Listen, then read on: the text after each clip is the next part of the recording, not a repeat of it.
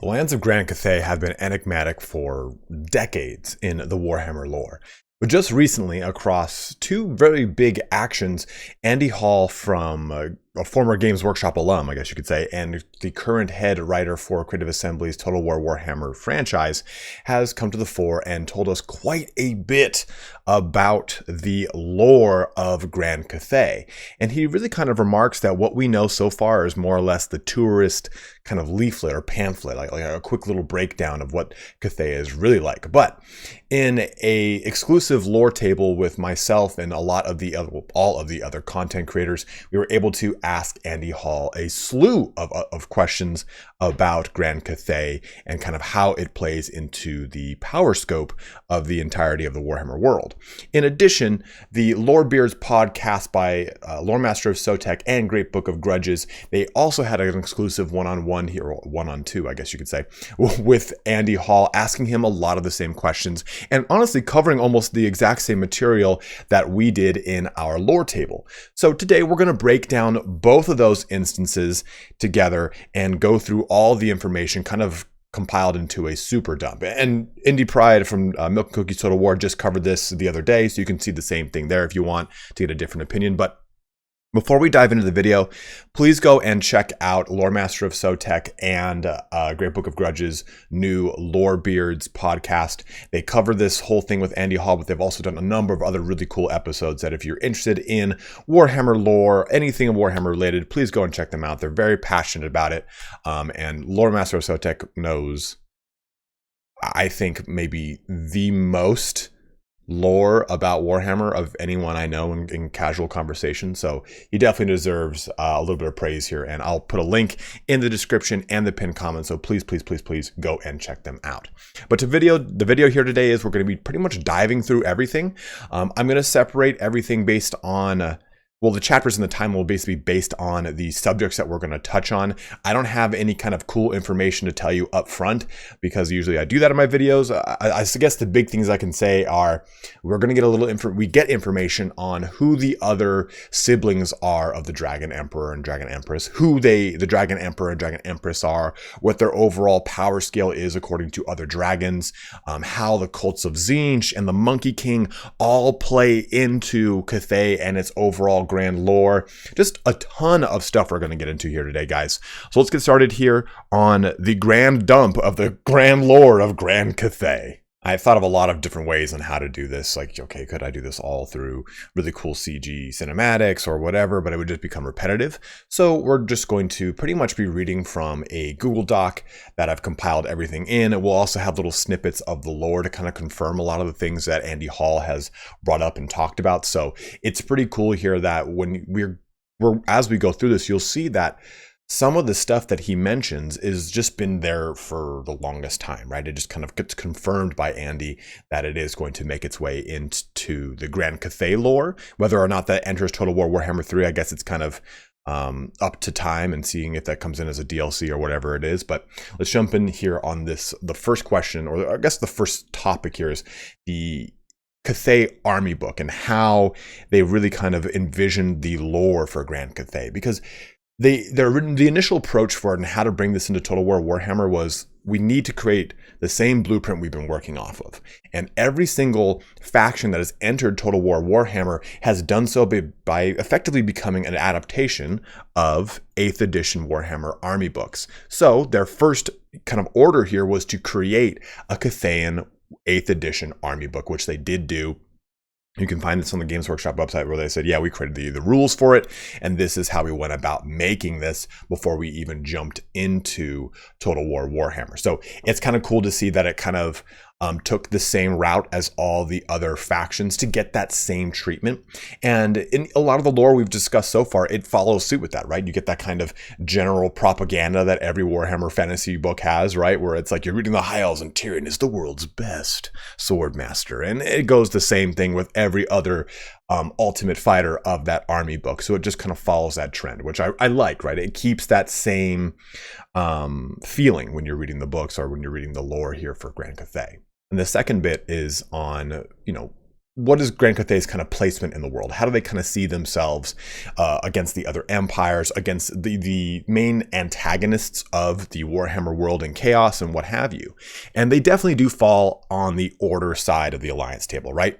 They're going to be alongside Empire, Batonia, Kislev, Karazenkor, Ulthuan, all of that. They kind of ally up with Cathay, and we see that plenty of times, right? We know there's active trade between them. There are ambassadors in both the Empire and in the old world as a whole, right? And in Cathay of both of each other's nations. So there is obviously a dialogue there.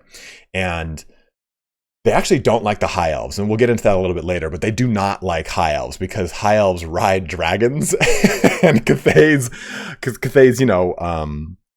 ruling caste, more or less, is all dragons. So like, whoa, you mean you ride our people? What the hell? You guys have penises on your head and you ride our people? This is a disgrace. So they do not really like the High Elves, but they're still, loosely allied with them. They all kind of look at chaos as the enemy and as the grand antagonist to the world.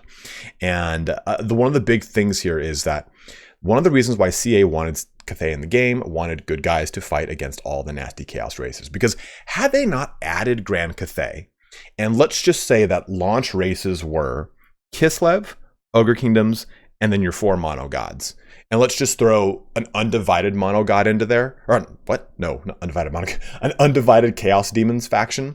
So you would effectively have 5 bad factions, bad boy factions, evil dudes, against 1 alliance race and more of a destruction faction, right? Like there's order, destruction, and chaos, and then undead, if you kind of think of the 4 spheres of alliances.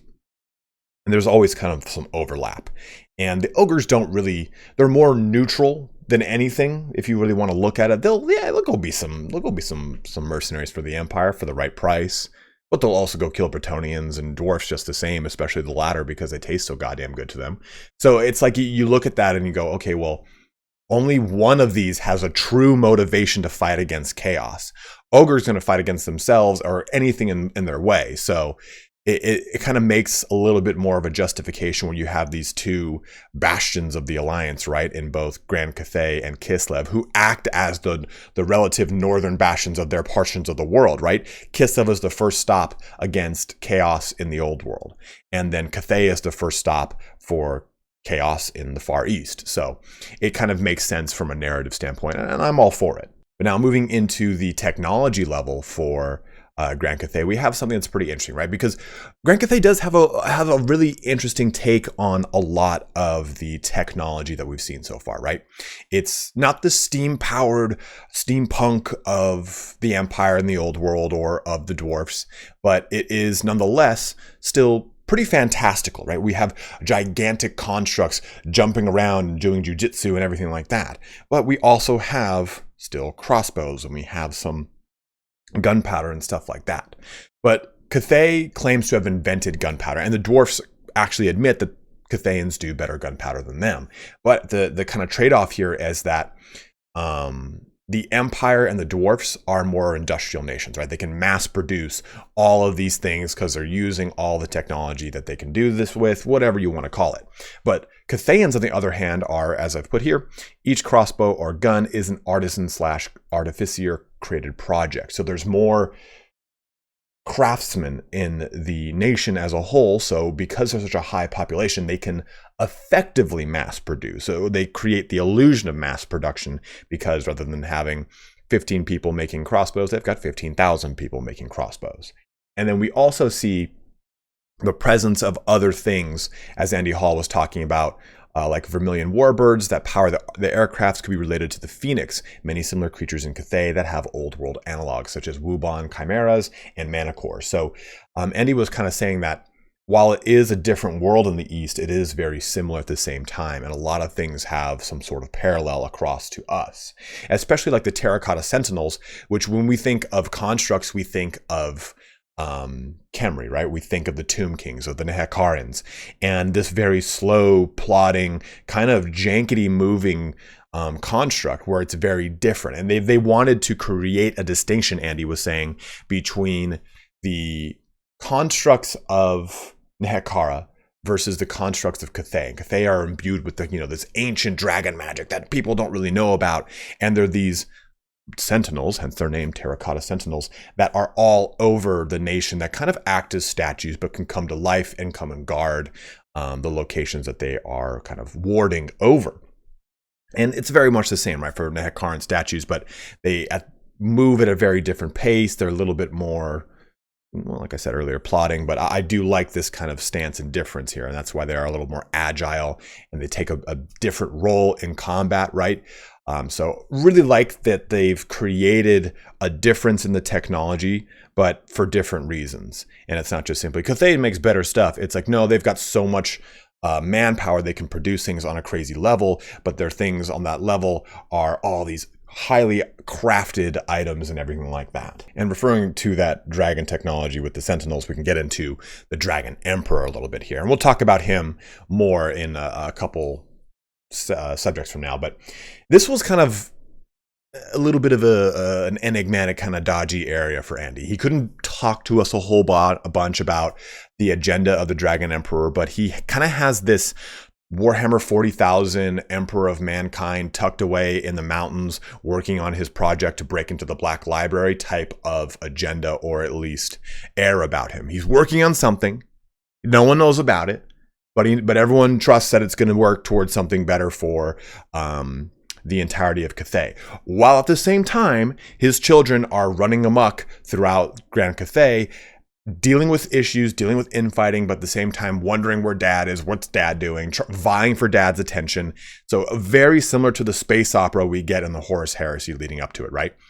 And I hope it's not what this becomes. I mean, it could be cool, right? If that's where this eventually leads to, is a DLC packs that showed the fragmentation of Cathayan society into separate smaller nations because there's been a huge Horus Heresy level event. That'd be kind of cool, but I bet he can't talk about it because it's probably part of the Cathayan campaign, which I think is really cool. Like maybe at the very end, hey, Daddy Emps comes out and he actually helps you and does things, or he's actually part of the map. I really hope that it's not something as trite as, oh, he was working on something in the far corners of his lab and he became chaos corrupted. That would just be too... It's too low-hanging fruit, right? Like everyone who touches the chaos automatically gets corrupted. Like, dude, this guy's been around since forever. And if this was the time that he finally gets tipped, I wouldn't like that as much. I hope, though, that it's just kind of like it comes forward in the campaign in a big, cool, fun way. And since we did talk a little bit about his age, let's talk about, the Cathayan relationship with gods. Because Cathay does not have a pantheon in almost every... In a way that almost every other faction does, or every other race does, right? All of the elves share the same pantheon with a different mandala. We see the Empire and the Kislevites sharing very similar pantheons, but also having some overlap. The elder gods of the dwarfs, the Great Maw for the ogres, Hashut for the Chaos Dwarfs. We have all sorts of gods all over the place. But for Cathay, they do not worship the dragons. They're revered in society. So as a result, the Cathayans kind of look down on the worship of gods. They look at it as this construct of human belief and less of an actual true faith and ideology, right? They look as, you weak humans have created things to worship. And because of this too, they're really old dragons. And we've seen this many, many, many times in a lot of the lore that's been divulged to us so far, but Andy just kind of reinforced, these are dragons that predate the old ones. And as I also said, they're not as powerful as the Chaos Gods. And that's something that he wanted to really kind of drive home. He did mention, we'll wait until we talk about the children. But he says that, these guys are super strong, not as strong as Chaos Gods, but they're damn strong. They are up there. And they find the High Elves disgusting because they ride dragons, would never be ridden because they find it debasing, especially, like I said, by guys with penis helmets. So that as a dragon, that would make me quite upset. So creates a relationship here with the gods. But moving now on to the Winds of Magic, we get a really cool breakdown of kind of, like a parallel of a lot of, not Chinese mythology, but we talked about the 4 cardinal directions and how those are very important. But we get that represented too here in what is the winds of magic. So Cathay doesn't call it the winds of magic, they call it the elemental winds. Same thing, but different. And they have a different system. So the lore of life, fire, beast, metal, heavens, light, death, shadows corresponds to different names. So water equals the lore of life. Fire is the lore of fire. Who would have thought? Wood is the lore of beasts. Metal is, as you would expect. Stone is the lore of heavens. So that's pretty interesting and different, right? Light, as you would expect. Spirit is the lore of death. And then darkness is the lore of shadows. Whereas we would normally have a lore of dark magic. So where this also comes around too is that the dragons as a whole master all these elements and they practice Feng Shi, not to be confused with Feng Shui, which is effectively high magic. And we know high magic to be the combination of all of the lores of magic. Dark magic to be a different kind of subset of that using corrupted forces. And then the Shujinin practice yin and yang magic, which are divisions of the 8 winds. And this is really cool. So this is how we kind of get yin broken down. So yin, the lore of yin, is composed of beasts, Gur, beasts, Shaman, metal, Shyish, death, and Ulgu, shadows. Then yang is composed of Girin, life, Akshi, fire, Azure, heavens, and Haish, light. So you get a lot of elements, I would assume, and we'll find out more about this as we see what the actual attributes of yin and yang do from a lore or a magic lore perspective. I would expect aspects of life, fire, heavens, and light to be present in yang.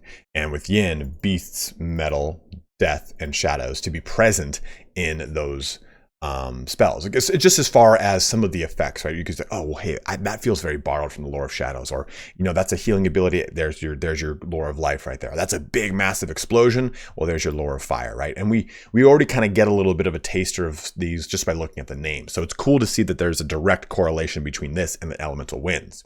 The Dragon Emperor, though, has ultimate mastery of the yang winds. The Moon Empress has ultimate mastery of the yin winds. And this also plays into yin and yang and how they are correlated to male and female in their actual Chinese. I say the word mythology, but that is not the correct term for it, but it just kind of borrows heavily into that.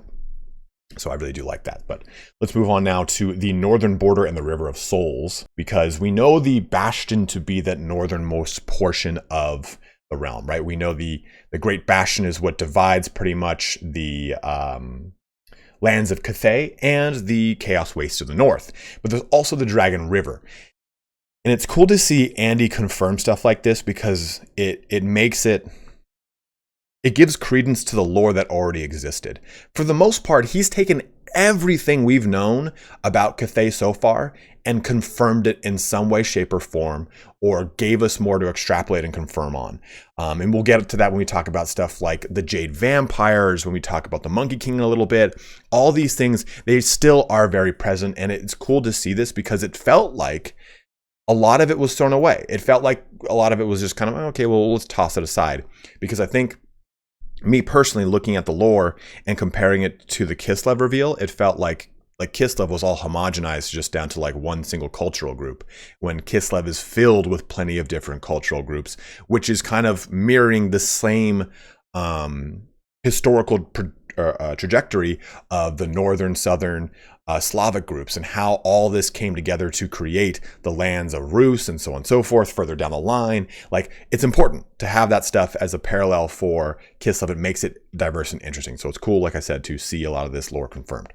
So the Great Bastion, Dragon River, and the Dragon River is kind of spooky, right, man? So if you enter the Dragon River, essentially you die, more or less.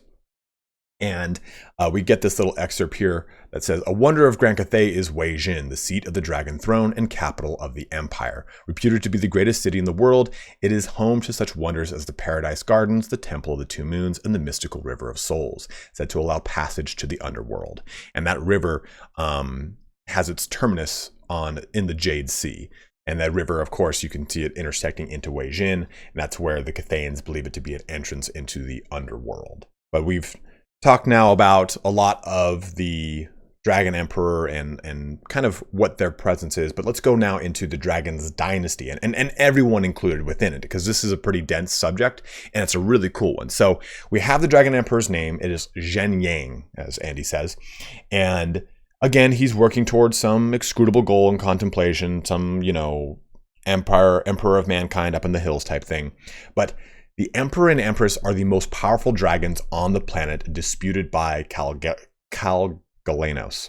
So Andy confirmed this for me. This was the question I asked was, what's the power scale of the Dragon Emperors as compared to Star, Moon, and Sun dragons? And how do they compare to any of the other dragons? And he pretty much told us, the Emperor and Empress are the most powerful dragons, barring Galenos, because Galenos is the oldest dragon.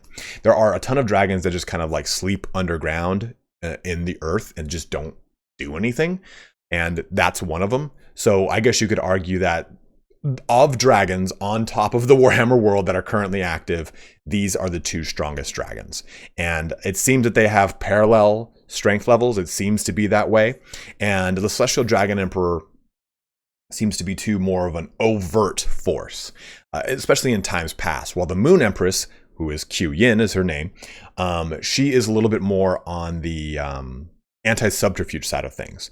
She is the leader of anti-cult operations opposing the machinations of Tzeentch and Qianqi, or Tzeentch or Qianqi, whichever one they call it, their interchangeable names.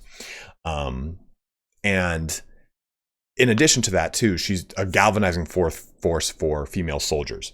So pretty much the Cathayan mentality is that every able-bodied should fight, and men are the close combatants, and all of the ranged forces are women, including the people that man any of the Kongming lanterns. They're all women. So it's very interesting split in the society, but it's kind of creating this whole, we're all working towards a greater whole.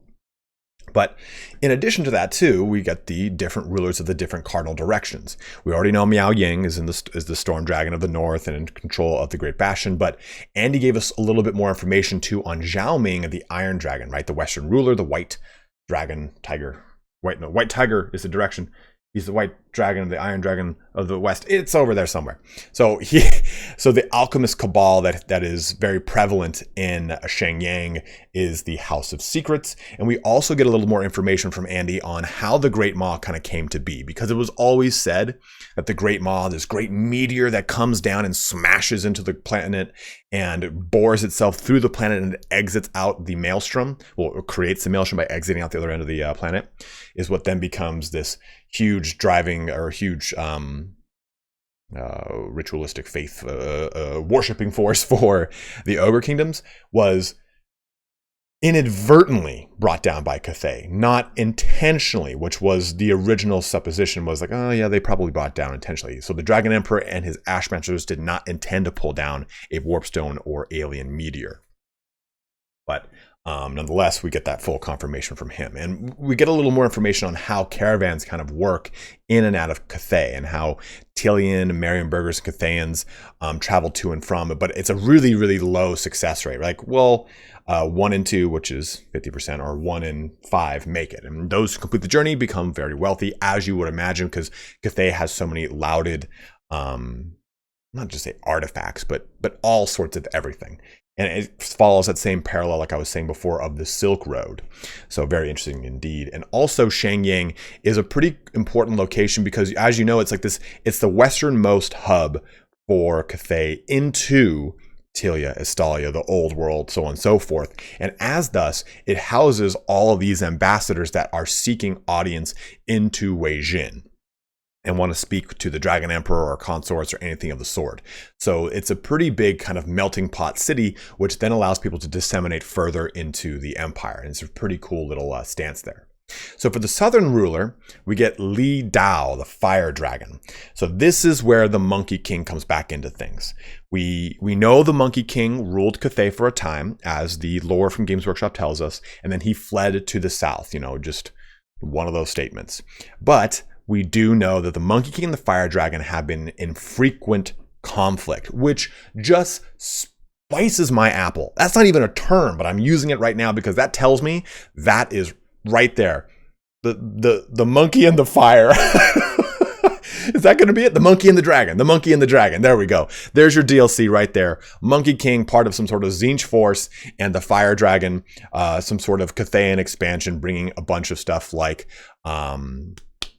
what's it called? Celestial dragon monks, stuff like that. But there are a lot of examples of monkey warriors, though, working for the fire dragon. So again, another unit that could be possible in a monkey and dragon DLC, which is super spicy to me.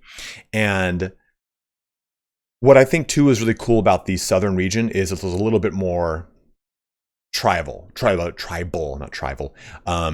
and it has this kind of different mixture that is kind of removed from, I don't want to say industrial, because we already established that Cathay is not an industrial society, but the more streamlined, more imperial northern portions of the empire. So I do like that the south is very different, and it follows kind of in line with what we've seen from a lot of the 3K DLCs, kind of borrow from all these different regions of the Warring States period. So also, he rules Fu Hung, the chanting city, home to the Phoenix Temple. That's that giant vermilion warbird that's big in the cardinal direction of the south. And this is near the Mountains of Heaven and the Monkey King territory. The Mountains of Heaven are kind of the mountain range that gets very close to Ind. I believe it's Ind. But here's a little lore excerpt from the Lizardman 5th edition. So Zhu Kuo, a soldier with very keen eyesight, pointed out where they were coming from. A huge square-shaped lake like a vast paddy field on the edge of the clearing. They seemed to be intelligent and were making rasping noises, droning like the chanting monks of Fu Hung. There must have been at least 10,000 of them. Fearing for our safety, we hid on top of the platform for the whole day until the sun set. The next day, the clearing was empty. But this is, again, that kind of tells you a little bit about the chanting, the chanting city, Fu Hung, and it's just kind of further confirming that's presence in the lore from Andy. And I just, like I said, anytime that happens, it's like, ooh, giddy. So it's cool to kind of point those little ditties out. Now, the Eastern ruler is Ying Yin, the sea dragon. As Andy calls him, he's a little bit more of a boring sibling, and he also kind of clarified this too. It's not that he's boring and that he's boring. It's boring that he's very, not predictable, but just kind of lives a, oh, I'm sorry. I'm thinking of Yuan Bao. We'll get to him. I was like, wait a minute. It's the Jade Dragon, isn't it? We'll get to Yuan Bao in a sec. But so he heads the Ying Yin here, the Sea Dragon, heads the Grand Dragon fleet that patrols the Jade Sea to the far east, and he rules Fuchao, anchorage of the Grand Dragon fleet, massive trading port and most cosmopolitan port in the Celestial Empire. Full quarters given to dwarfs, humans of different nations, high elves, and elves that claim to be high elves, which could be a reference to Tor Elithis, which is a far-flung high elf colony that has had a lot of intersection with a lot of different cultures that has changed drastically from being a normal high elf faction. So that kind of could be kind of Andy's way of saying, hey, we might play around with Tor Elithis a little bit, which is really cool. But here's another little bit from the Lizardman 5th edition. The Lizardman warriors gripped me ready to throw me into the pit to meet the same fate as my brave comrade. As they did this, my silk tunic, which was worn and drenched with blood and sweat, ripped open. At that moment, the lesser Lizardman who had been presiding over our execution became very agitated and put a stop to the proceedings. They examined my bared back with great interest, swaying from side to side and debating amongst themselves in their strange language. I realized that the cause of their consternation was the tattoo of the Imperial Dragon, which had been put on my back many years ago in the Opium House of Fuchao. It was a very fine tattoo. Now it had saved me from death. My captors had taken it as a kind of omen. So there's again that little confirmation of Fuchao here. And do keep in mind this is 5th edition, so a little bit more of an antiquated look at a lot of things. You know, the Opium House of Fuchao, like, oh man, Opium Wars. But getting into the central ruler, this is the guy I was talking about. This is the dude who's kind of more in charge of the secret police, more or less. But he is Yuan Bao, the Jade Dragon, and interprets and sends out all the edicts that come from the Dragon Emperor himself. He doesn't rule the empire, but only administers, and has a very neutral position in the social strata of the Dragon children. Not particularly liked or hated, still a formidable force if he's ever brought to battle, but rare compared to his siblings. And like I said, Andy kind of talked to him about him as being boring just because he's a little bit more of administrator. He's just kind of just a guy, does a lot of things. He has cool responsibilities, obviously, but he is very worried about, hearth and home and nationalism. And that's kind of his focus. So he's a little bit more of a predictable force amongst the other siblings, which is worth mentioning. There are 4 other missing dragon siblings, lost to time and enmity, disappeared in Cathay's long history.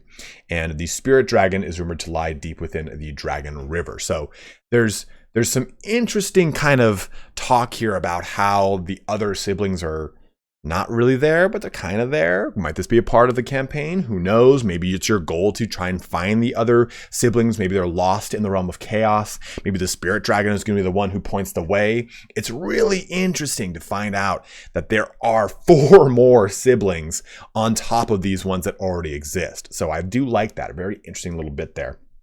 And again, anytime that Andy was kind of short on information for something, my mind just assumed that there's more stuff that he can't talk about yet, so he didn't talk about it. So I'm curious to see if that's going to be, like I said before, part of the campaign.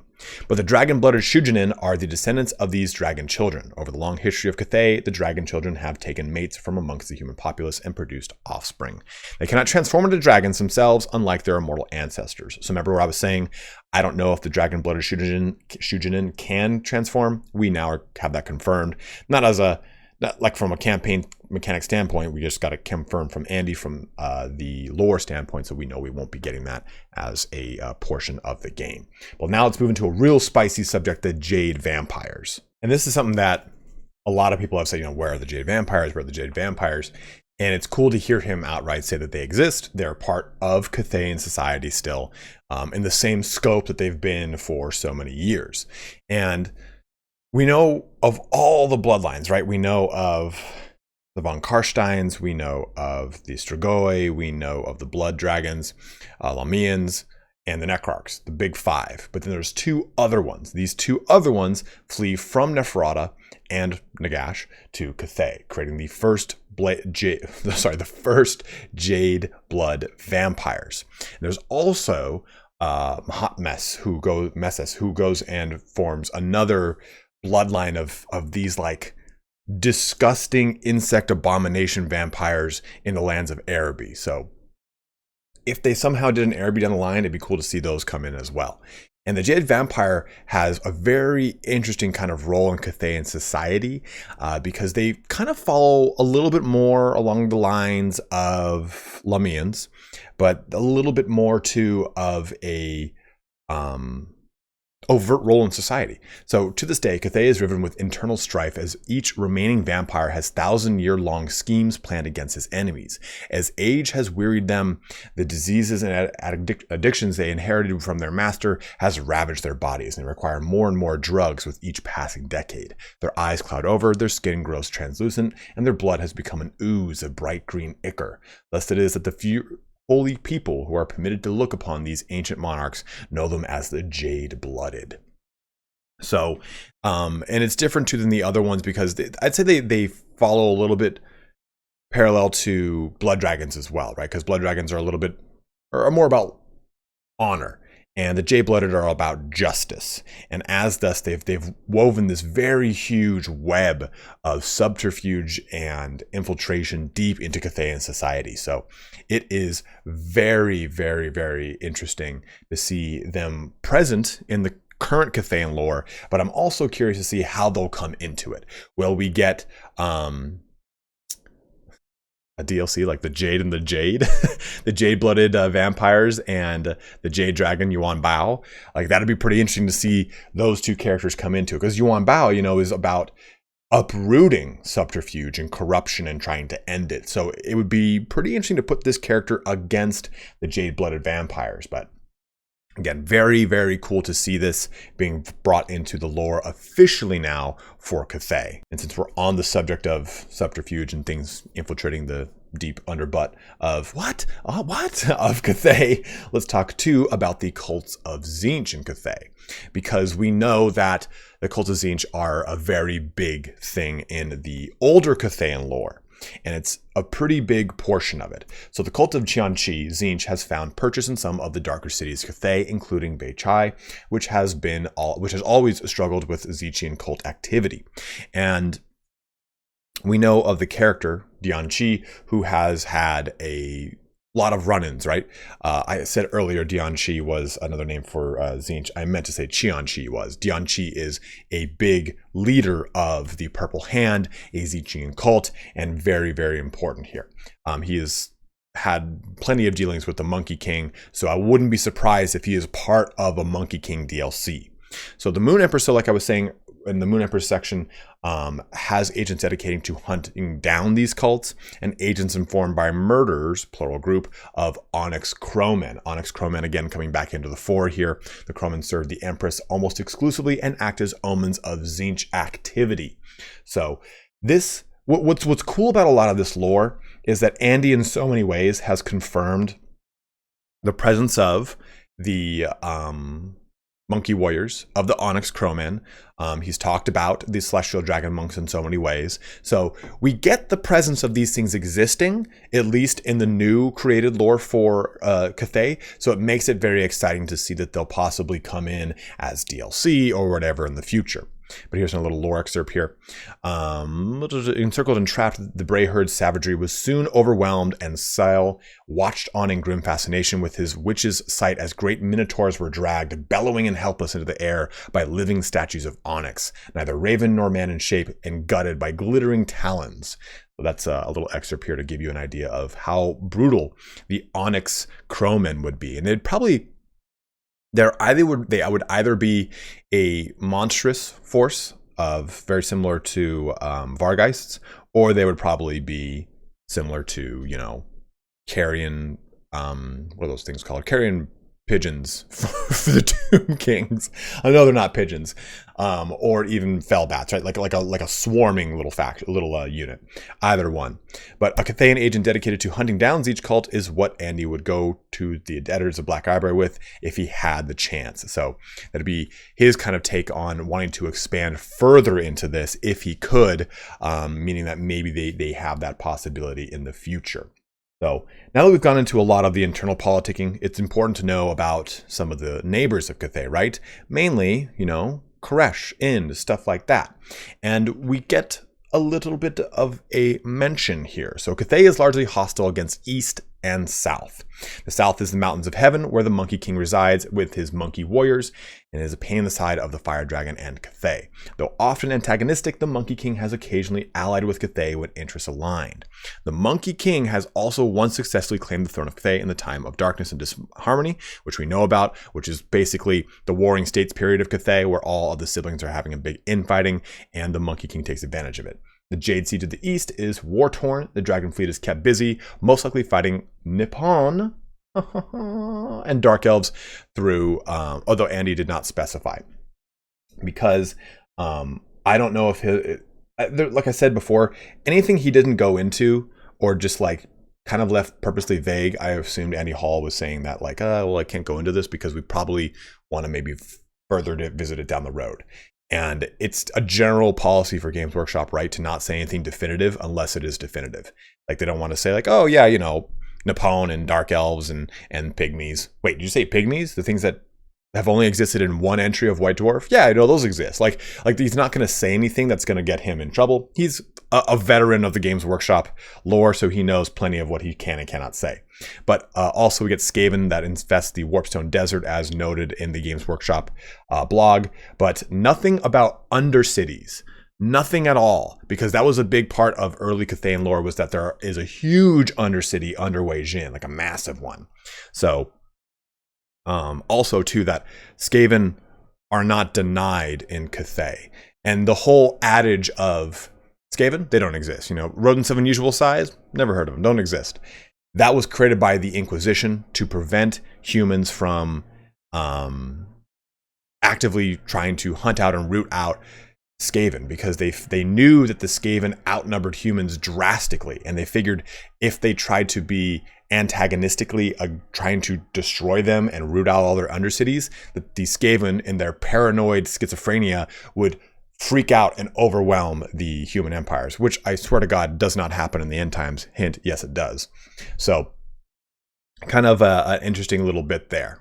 And lastly, here we're going to go through the information from the Lorebeards podcast linked in the description and the pinned comment. Again, this is the same one that Lore Master Sotek and Great Book of Grudges have been doing, so please go and check them out. A lot of this information is going to be the same, so we're going to gloss through a lot of it, but mainly just stop on some of the cool things that either confirm past stuff from Cathay lore or cool little like, whoa, that's a cool little tipperoo of the hat there. But Andy did a really cool job of kind of outlining the history of Cathay right here, right? That it starts in -5 or 5900 IC, which is Imperial calendar right there. And then it starts in, well, not start, I'm sorry. We got a big event in -1800 or -1800 when the Great Bastion is built, and it kind of is told in a very, mystical, over-the-top, mythological way, like, oh, every brick was forged by the Iron Dragon, then breathed upon by the Fire Dragon, and blessed by the Dragon Emperor. But really, in reality, it's thousands of people who are gathered to build the wall, and it's very clear that the wall is an extension of the Celestial Dragon Emperor. And as a result, should that wall fall, it's a damning note for the Dragon Emperor. That is possibly the end of his everything. And he goes into more information about the Terracotta Sentinels, telling us exactly what we know about how they kind of are dotted all over the Cathayan landscape and are imbued with this magic from the Celestial Dragon Emperor as well. Then we jump forward into -87. We get some issues with Dark Elf raiding and slaves and whatnot, and chaos kind of becoming a bigger issue in the north, namely, of course, Tzeentch, and a lot of wars to the west with the ogres, which is what kind of prompts the summoning of the Great Maw. And originally, this meteor that was meant to impact was not supposed to be the Great Maw, this semi-sentient god that is now worshipped by the ogres and has completely changed the paradigm of the ogres as a whole. Right now, they have this endless hunger as created by the Great Maw. And it's supposed by what Andy was saying is that Tzeentch might have swapped these meteors or corrupted the meteor or did something to the meteor in its descent to make it become what the Great Maw is. And it's worth noting too that Cathay has never really had a moment of being conquered like we see with Bretonnia, right? Completely conquered by greenskins, or the old world completely conquered by greenskins, and Sigmar unites the clans, or not Leoncar, that's not Gilles Le Breton unites the clans, and everyone fights against this stuff. Like there's no like severe damning moment like that. We just know that the dragons have been there for a long time. And we get a little further of a confirmation from an old bit in the 5th or 6th edition of the Lizardman Army book that talks about when the Slann went to move around the continents and they caused a massive earthquake in Cathay that puts a breach or a crack, an opening in the Great Bastion. And that's in 1310 IC, which allows for chaos to have a bit of an invasion to the heart of Cathay, the soft underbelly of Cathay. And it took a considerable amount of time to cleanse. But then again, in 1999 IC, we have the .com boom. No, we have the Dragon Emperor and the Dragon Empress mysteriously vanishing. So the cool thing too is about that 1310 IC thing, that has been a part of the lore for a longer time than just the 5th edition. It's been there since, I think, now up to the 8th edition. It's even got references in the end time. So it's cool to see that now finally cemented 100% in an 8th edition army book for Cathay. But moving now into the time of darkness and disharmony, like we were talking about, as we know, things get wild. The kids fight. Monkey Kings come back. Mom and Dad slaps the Monkey Kings with bare butt back into the mountains. And we do also get Warlord Kishik of Clan Eshin coming in as an advisor to the Monkey King, having a ton of issues there, right, and causing some intersection with the Skaven and its under empires and Cathay. So a lot of stuff there. And 2380 is when Mom and Dad come back and get rid of the Monkey King. So we jump forward to 2500, which is when Karl Franz is alive, and that is when we are kind of set in motion for Total War Warhammer 3, it seems. And Chaos wants to break into Cathay because that's like a pretty untapped area for them. So they're hungering for them Cathayan souls. Now for the Dynasty, a lot of the information is the same. We've gone over this. The big thing here too is Cathayan dragons are a different species offshoot from old Western dragons like Kalgalanos and Draupnir. Draupnir is the father of Indraupnir, which is the dragon that Anarion rode. And so it's pretty important to just make this distinction, because they are the only dragons that can shapeshift, and they are very difficult to corrupt. Where it was thought that originally the Western dragons, like moon dragons, star dragons, all those, were incorruptible until Tzeentch was able to corrupt one. It seems incredibly difficult is not the same as incorruptible, right? So clearly that there is a presence of corruption, and we're going to talk about that towards the end of this portion. But again, they have a disdain for mortal gods. They're not as powerful as the chaos gods, and that they are not worshipped. It's more of like a personal kind of faith type thing. And high magic is called feng shui, or feng shi. This is just all the notes that I took down. And like I said before, it's matched up pretty much in parallel. And when it comes to the Celestial Dragon Emperor, we get a lot of the same information, right? We have this character very similar to the Emperor of Mankind. And Andy talked about the Wujing War Compass before we got that campaign mechanic just the other day. So in Lorebeard's podcast, he did talk about it, which is kind of cool. But in the podcast, which is different than the lore table, he did talk about the Celestial Dragon Emperor possibly looking to expand north. And very, very cryptic on a lot of his discussion about the Dragon Emperor. So this kind of further cements my speculation that he'll come to the fore as a part of the campaign mechanic for Cathay, which would make sense. And moving into the Empress, a lot of the same stuff here. She goes around the Empire in human disguise, checking on people. It just kind of fits her. Commander of the Imperial Agents, Master of the Moon Winds. This individual that's in charge of breaking open and destroying the Tzeentchian cults around the world, around the Empire. But for the 9 dragon children, 4 disappeared with 5 active. We've gotten that already. We know Miao Ying's overall role in her kind of stopping the Kurgan and the Hung from fording the river.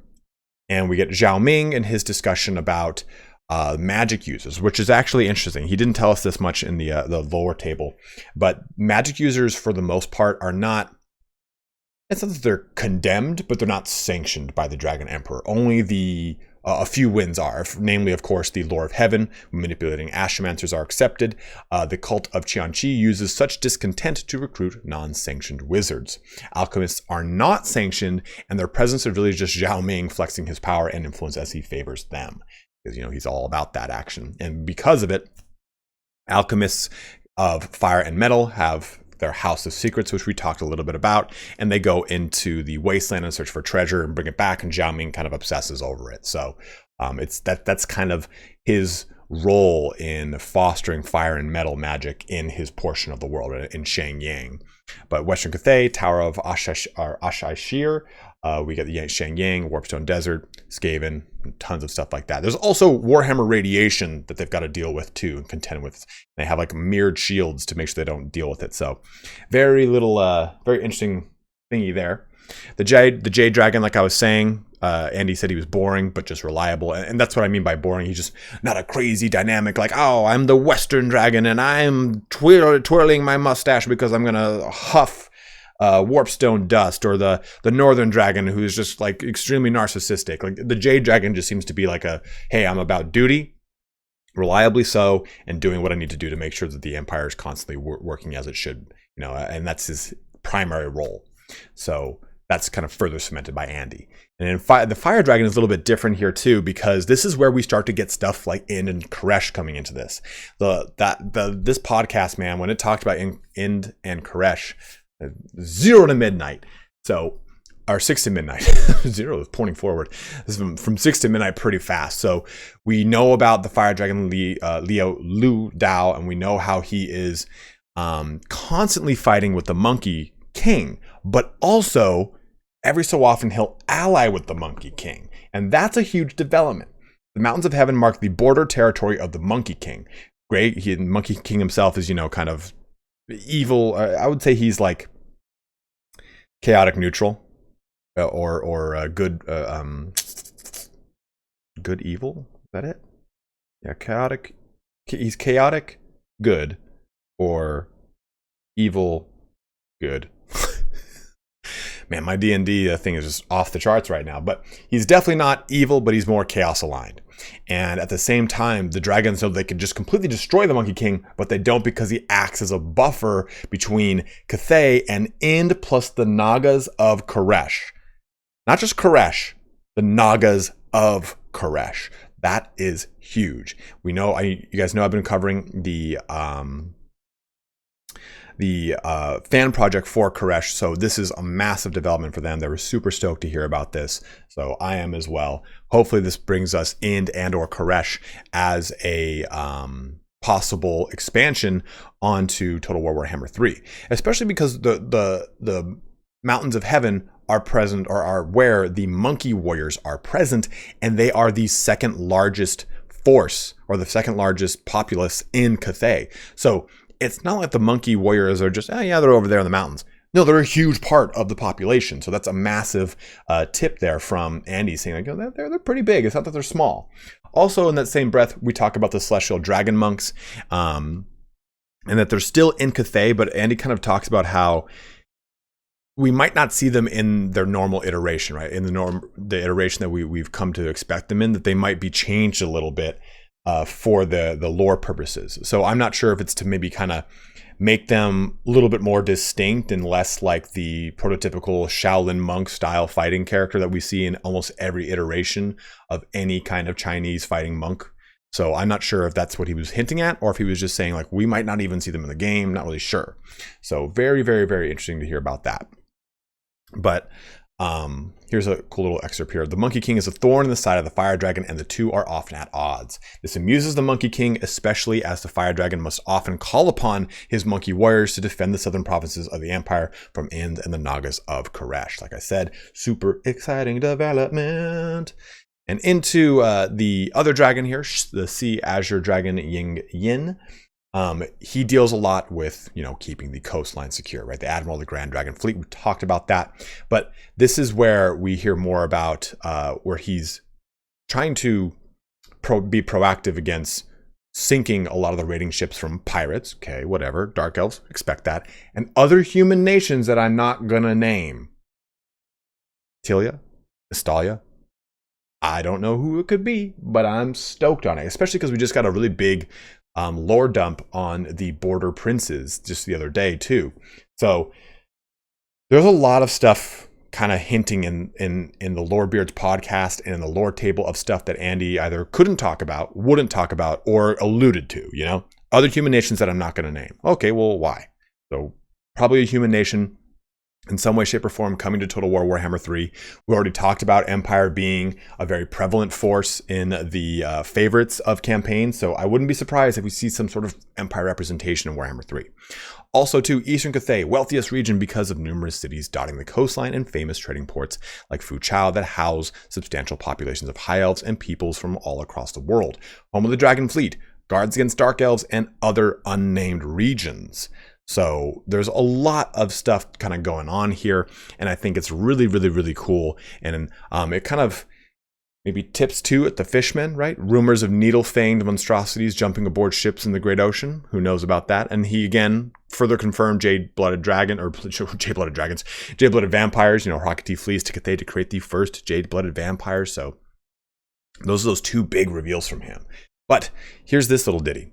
The Chaos Dragon Yin Ya Long, or Flame Fang, featured in the Archon series, which is distinctly serpentine, might be a corrupted dragon progeny, and he refuses to comment.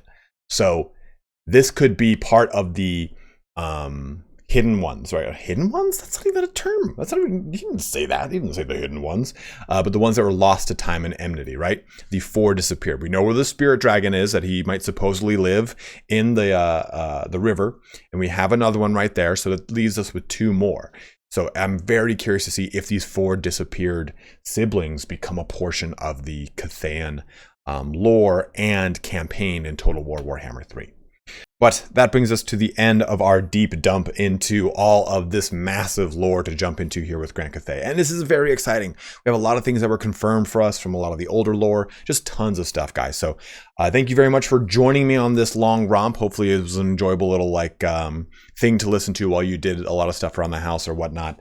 But I'm very excited to see where this goes, what we get with the campaign for Grand Cathay and everything of the sort. And if you have any comments or questions, by all means, go ahead and leave a comment and let me know what you feel. Please check out the Lorebeard Podcast in the description and the pinned comment for the third time. And as always, guys, thank you so much for watching here today.